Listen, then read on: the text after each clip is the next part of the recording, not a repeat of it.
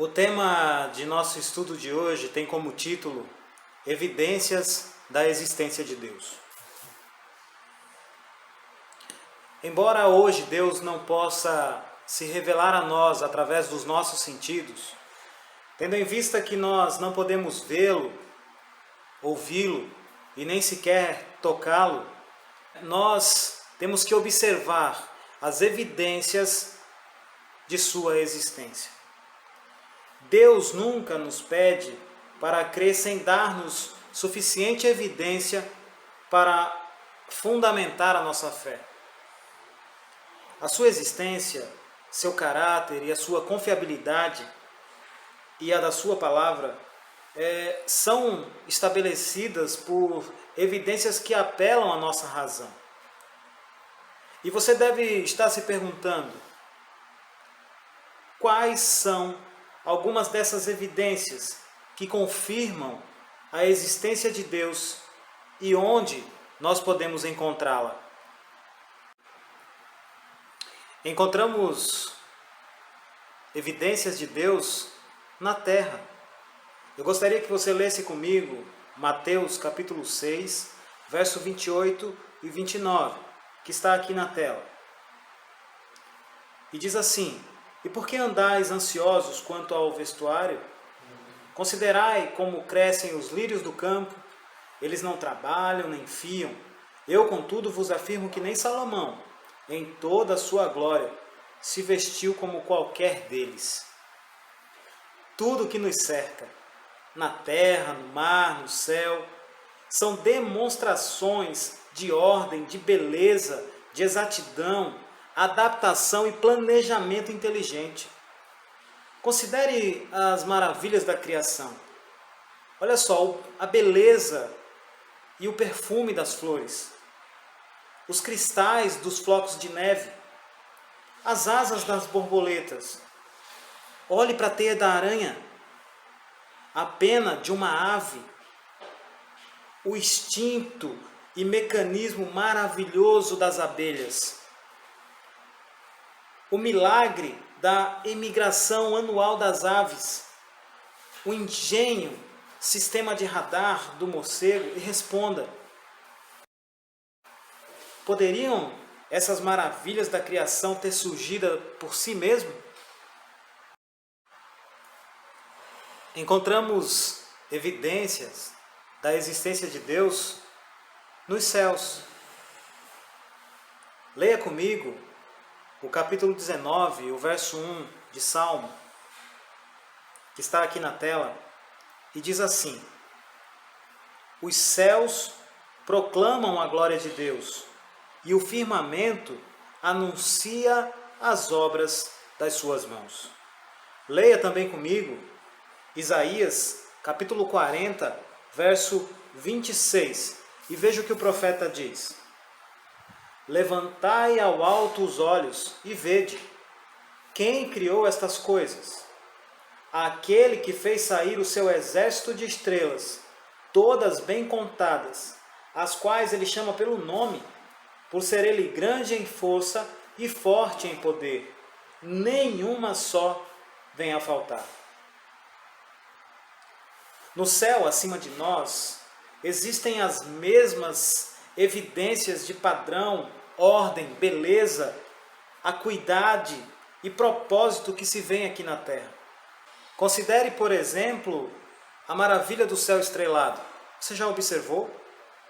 A enormidade do tamanho, o peso, a velocidade, número, distâncias e temperaturas de bilhões de planetas e estrelas. Você já observou isso? O cálculo preciso e coordenação do peso, movimento, velocidade, temperatura e órbita de cada uma delas.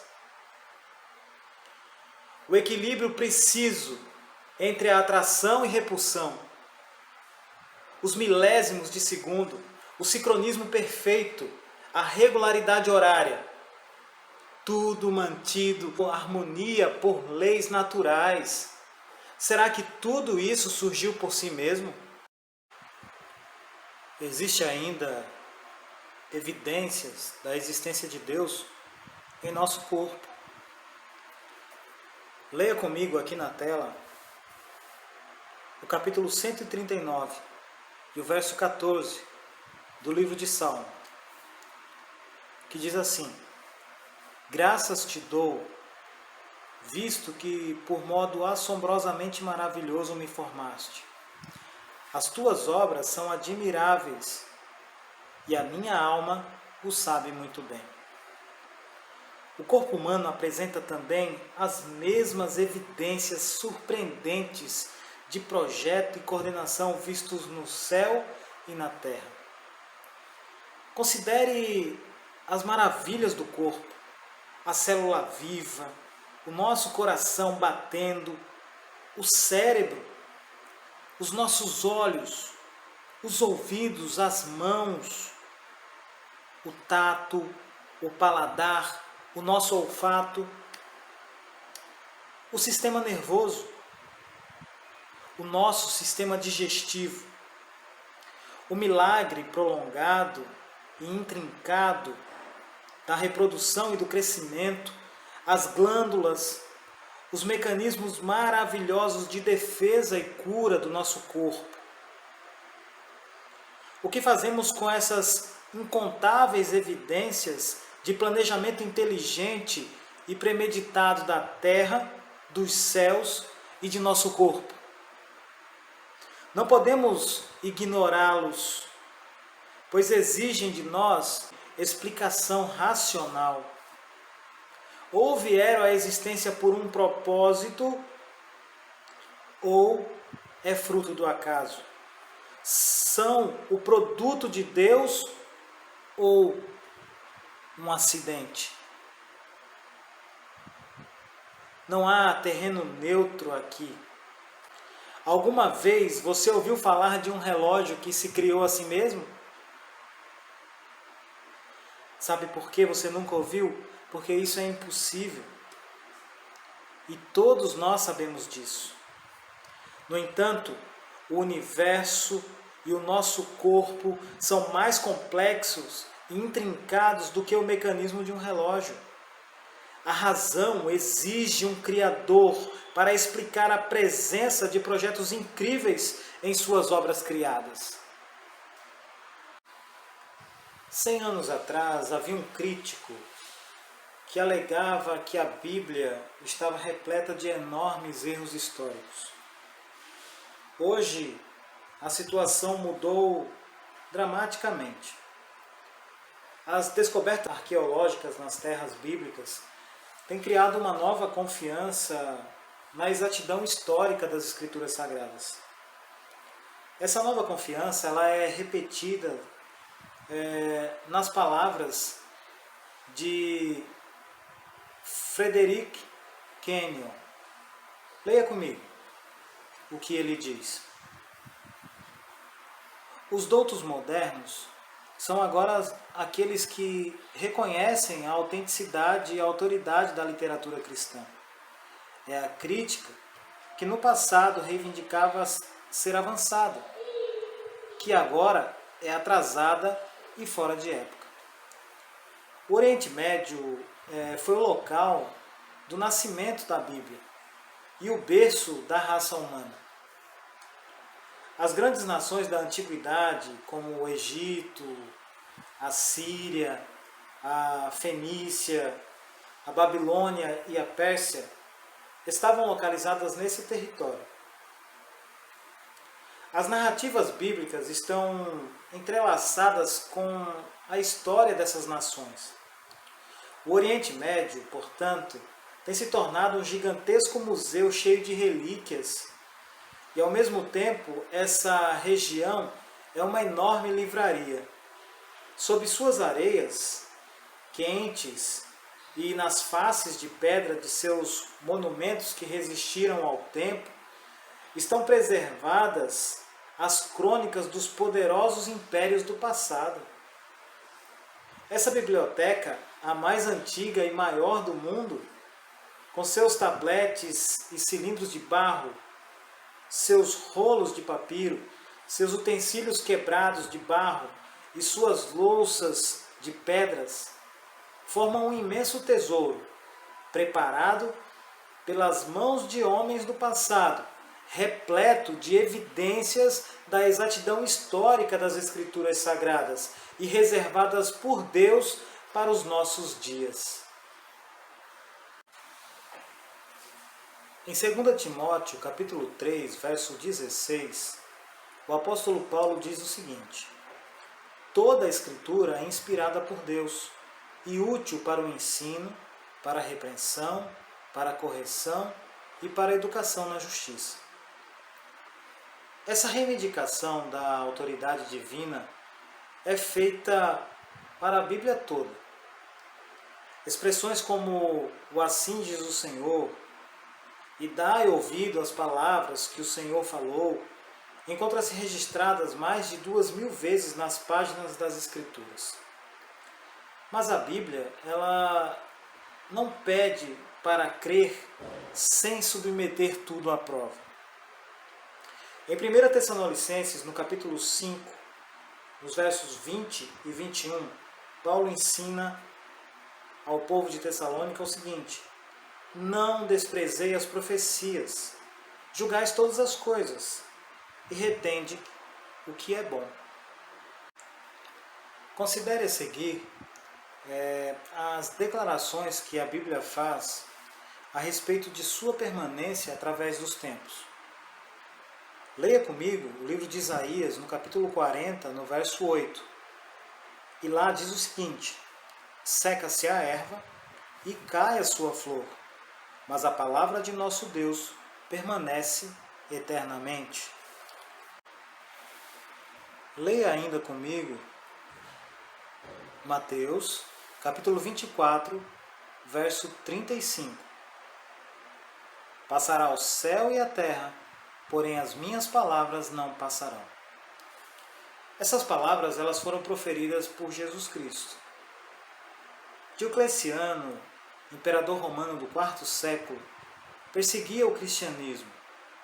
Ele confiscou cópias que eram conhecidas das Escrituras. E ele fez mais, ele as queimou. Contudo, a Bíblia ressurgiu intocada. Thomas, ilustre pensador inglês no século XVIII, combateu a Bíblia com sarcasmo e com ironia. A despeito dessas e de outras tentativas para destruí-la, ela, mesmo assim, sobreviveu. Consideremos agora essa declaração que a Bíblia apresenta sobre a sua capacidade de prever o futuro. Em Isaías, capítulo 46, verso 9 e 10, lemos a seguinte passagem: lembrai-vos das coisas passadas da antiguidade, que eu sou Deus e não há outro. Eu sou Deus e não há outro semelhante a mim, que desde o princípio anuncio o que há de acontecer, e desde a antiguidade as coisas que ainda não sucederam, que digo, o meu conselho permanecerá de pé, farei toda a minha vontade. A Bíblia, as Escrituras Sagradas, ela contém pelo menos 1000 profecias.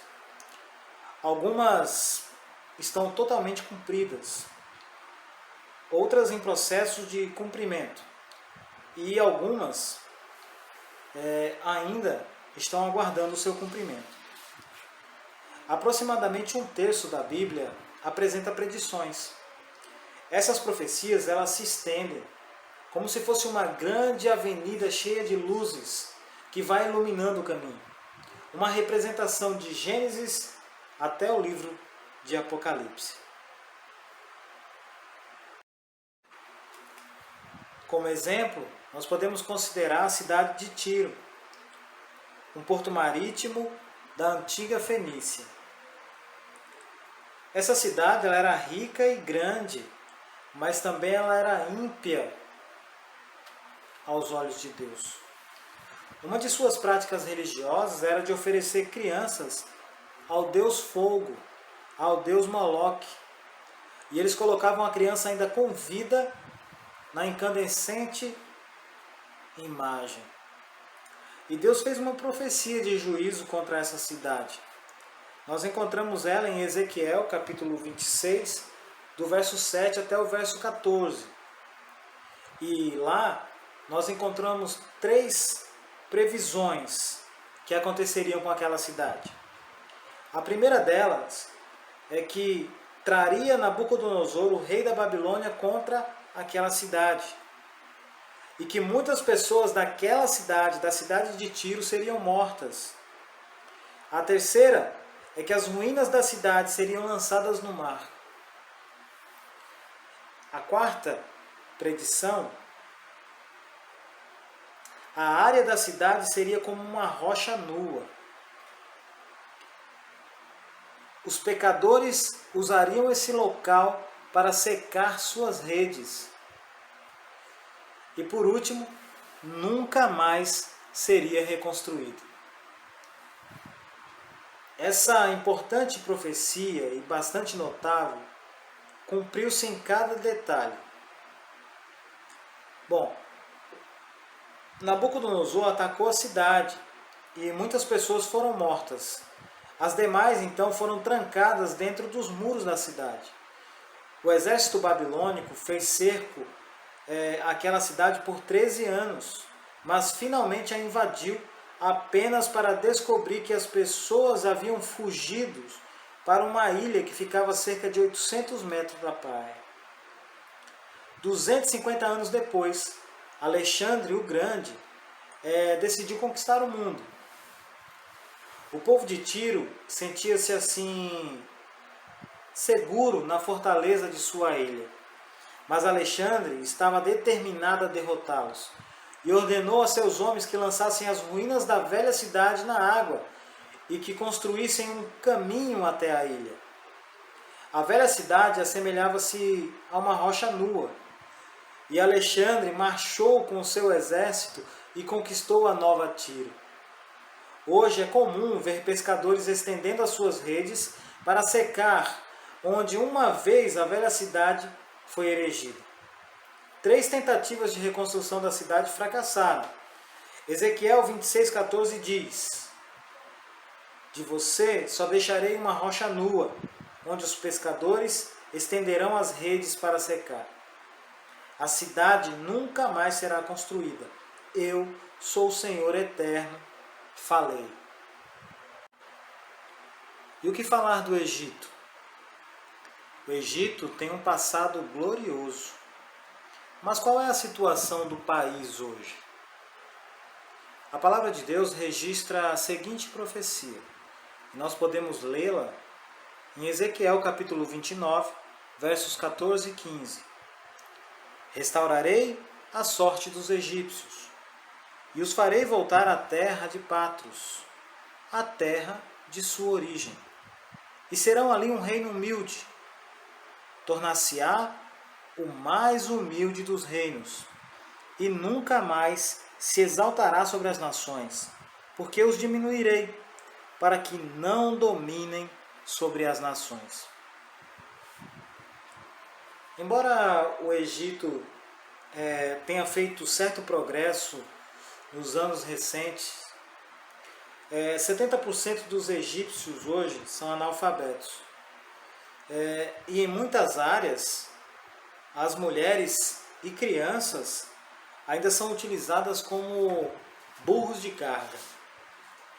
No passado, o Egito ele era famoso por seu suprimento de papiro. O papiro ele crescia abundantemente ao longo do rio Nilo e em outros cursos d'água, né? Porém, Deus ele profetizou que o papiro dos arroios, dos rios, iria secar e desaparecer, não mais existindo na terra do Egito. E até mesmo esse mínimo detalhe vem sendo cumprido. Em Isaías capítulo 19, no verso 7, diz assim: a relva que está junto ao Nilo, junto às suas ribanceiras, e tudo que foi semeado junto dele se secarão. Serão levados pelo vento e não subsistirão. Hoje já não há mais papiro no Egito, salvo, com exceção apenas de uma pequena área do Museu do Cairo. Petra é um lugar fantástico. Cada edifício, mais de 1000 deles, está entalhado como uma obra de arte na rocha viva. Nas montanhas mais elevadas ao redor do vale, encontram-se assim lugares para sacrifícios humanos. A cada semana, jovens mulheres eram sacrificadas ao Deus Sol. Essa era uma prática horripilante, na qual a jovem ela era violentada e então, estando ainda viva, o seu coração era arrancado do seu corpo. E enquanto ainda pulsava, ele era oferecido ao sol nascente. Deus odiava o culto ao sol e por isso ele profetizou um juízo contra Edom. Em Jeremias, no capítulo 49, versos 17 e 18, consta essa profecia. Assim será Edom o objeto de espanto. Todo aquele que passar por ele se espantará e assobiará por causa de todas as suas pragas. Como na destruição de Sodoma e Gomorra e das suas cidades vizinhas, diz o Senhor. Assim não habitará ninguém ali, nem morará nela homem algum.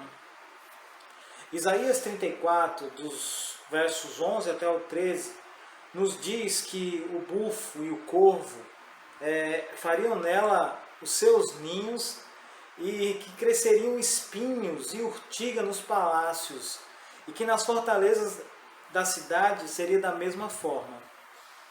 Nada pode descrever com maior acuidade e desolação de Petra em nossos dias. Babilônia é a maior cidade do mundo antigo. Ela é muitas vezes mencionada como a cidade dourada de uma era áurea, né? Jeremias registra a profecia com respeito à Babilônia.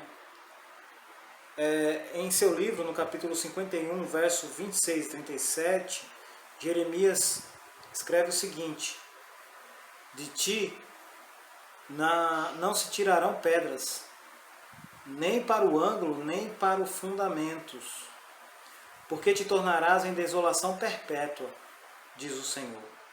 Babilônia se tornará em montões de ruínas, moradas de chacais, objeto de espanto e assobio, e não haverá quem nela habite.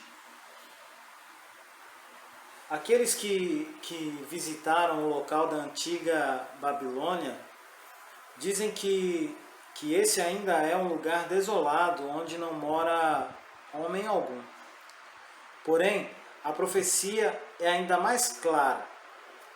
Em Isaías capítulo 3, no verso 20 e 21, diz assim: nunca jamais será habitada, ninguém morará nela. O arábio não armará ali sua tenda, nem tampouco os pastores farão ali deitar os seus rebanhos. Porém, nela as feras do deserto repousarão. Após 2500 anos, os árabes ainda existem, mas Babilônia não. Os poderosos palácios e os jardins suspensos de Babilônia são apenas lembrança, mas os árabes ainda vivem em tendas. Como Isaías poderia saber que os árabes continuariam a viver próximo das ruínas de Babilônia por 2500 anos, mas se recusariam a usá-la como abrigo? Os exploradores e escavadores dizem que é impossível erradicar essa ideia da mente desse povo. Há muitos particulares nessa profecia, cada um dos quais fornecendo uma prova da profecia divina. Se forem reunidos, preencherão as páginas de um livro com muito volume. E o que podemos falar sobre Israel? Eis outra profecia que cada nação no mundo ajudou a cumprir, viu? A profecia referente ao povo de Israel. Em Levítico e no livro de Deuteronômio, Moisés traça a história política e religiosa dessa raça. E por mais de 3.400 anos, aproximadamente de 1500 a.C. até os dias atuais. No livro de Levíticos, no capítulo 26, nos versos 33 e 34, diz assim: Espalhar-vos-ei por entre as nações, e desembainharei a espada atrás de vós. A vossa terra será assolada, e as vossas cidades serão desertas. Então a terra folgará nos seus sábados, todos os dias da sua assolação, e vós estareis na terra dos vossos inimigos. Nesse tempo a terra descansará, e folgará nos seus sábados. Em Deuteronômio capítulo 28, verso 25, na segunda parte, diz assim: E serás motivo de horror para todos os reinos da terra. Esse povo antigo, que Deus misturou entre as nações por mais de 2.500 anos,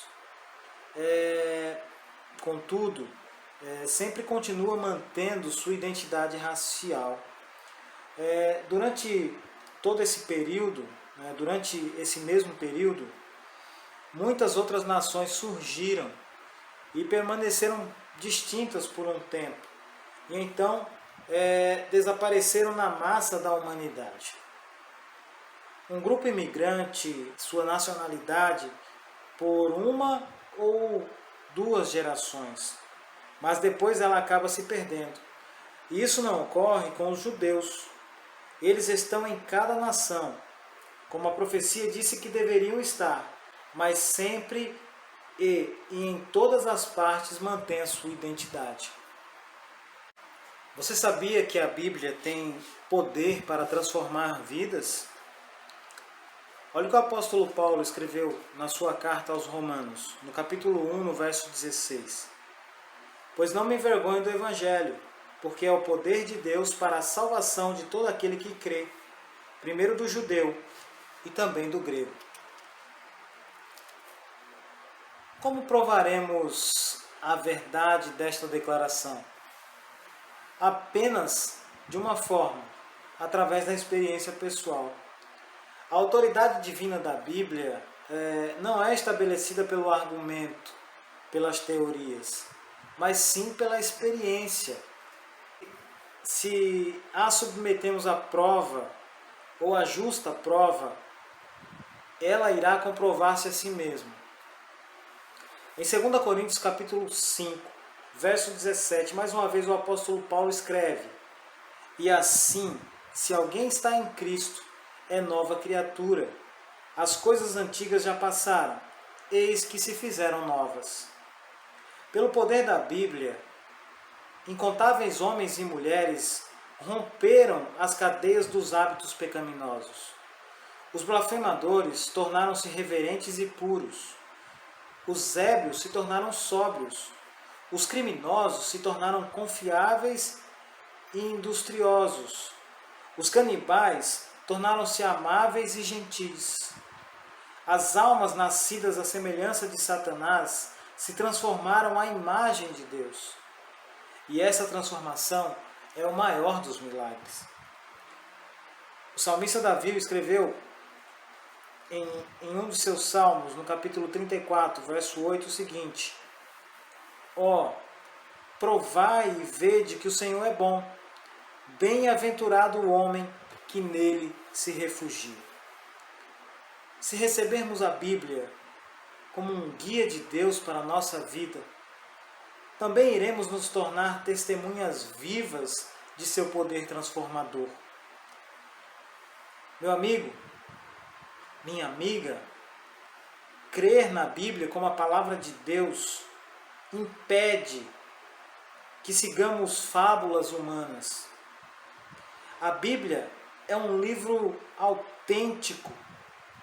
A evidência é esmagadora. Nós devemos ler as suas páginas e encontraremos mensagens de Deus para as nossas vidas. A Bíblia é um livro de instruções que objetiva orientar-nos a como viver nesta vida. Porém, é mais. Ela também revela Jesus Cristo, que é o caminho para a vida eterna. Que é a melhor prova da existência de Deus do que nós e o mundo? Que Deus nos abençoe.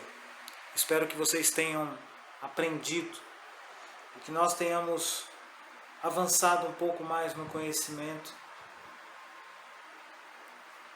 Que Deus nos abençoe.